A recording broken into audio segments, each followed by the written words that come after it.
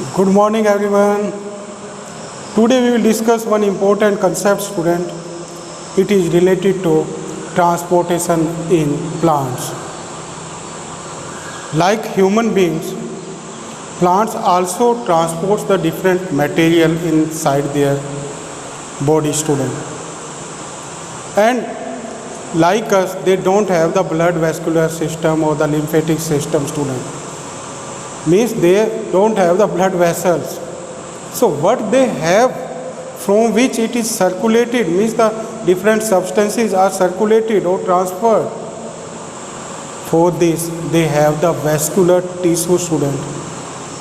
And those vascular tissue help them in the transportation of water and minerals, and with water and mineral those vascular tissue also help the plants in the transportation of food, student.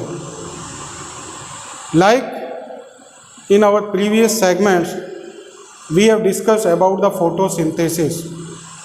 So plants make their food with the help of photosynthesis, and in this process the leaf plays very important role. So we can say that the leaf prepare the food for the plants, and that food is transported to different parts with the help of vascular tissue, student, and that vascular tissue is known as phloem. And there are the roots are found, and roots are the part of the plant that are found inside the soil. From the roots water and minerals are absorbed, student, and those water and minerals are transported from root to the different parts of the shoot, and in this the vascular tissue that plays very important role is xylem, student. So today we will discuss about the transportation in plants. In this I have drawn one diagram, student, and with the help of this diagram you can easily understand. First we will discuss about the transportation of water and mineral.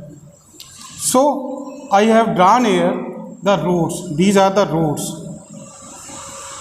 and from the roots what is absorbed by the plant? It is water and minerals. Water and minerals, student. Water and minerals. And this water and mineral moves up with the help of one skin pressure or with the help of the surface tension.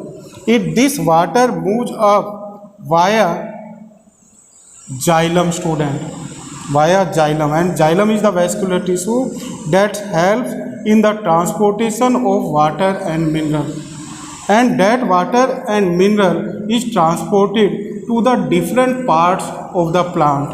Especially it also means water and mineral is also transported to the leaf. So in this the movement that takes place, it is in the upward direction. That's why we can say that the water and mineral transportation takes place in the unidirection, student, in the single direction, means from the downward to upward, and that water and mineral is transported to the leaf. In this some amount of water is used in photosynthesis, but most of the water is transpirated, student, via stomata, and that process is known as transpiration. So transpiration is the important process from which water and mineral are transferred from root to the different parts, and some amount of water is evaporized via leaf. So it is transpiration, and transpiration takes place with the help of which vascular tissue, student? It is xylem. Now we come on the next. The water and mineral that is reached to the leaf, that water and mineral is utilized in photosynthesis, and in the photosynthesis food is prepared, student, and that food is transferred. Now food is prepared and now this food is transferred, or it is transported via vascular tissue. And which vascular tissue, student? It is phloem. Phloem transports this food to the different parts of the plant. It may be fruit, it may be flower, it may be other leaf, it may be roots. Means this food is transported to the different parts of the plant, student, and this transportation is known as translocation, student. So the transportation of food is known as translocation. Transportation of water and mineral is known as transpiration, student. So with the help of the vascular tissue, which vascular tissue? It is phloem, student. It is phloem. This is phloem. This is phloem. And with the help of the phloem, that food is transported to the different parts of the plant, student, and that food is utilized for the different purposes, for the energy, growth, repair and healing. It is used. So we can say that the transportation of the food takes place in the multi-direction. This movement is multi-directional, but the movement of water and mineral is unidirectional. So it is the main difference in between the transpiration and translocation, student. Now in this, there is, for the transportation of the water and mineral, there is one physics, student.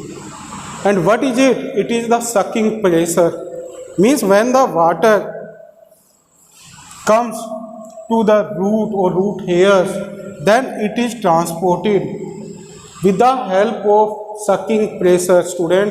There is one force is applied in the upward direction from which the water moves up, means water and mineral moves up, and it is transported to the different parts of the plant in a single direction from downward to upward, student.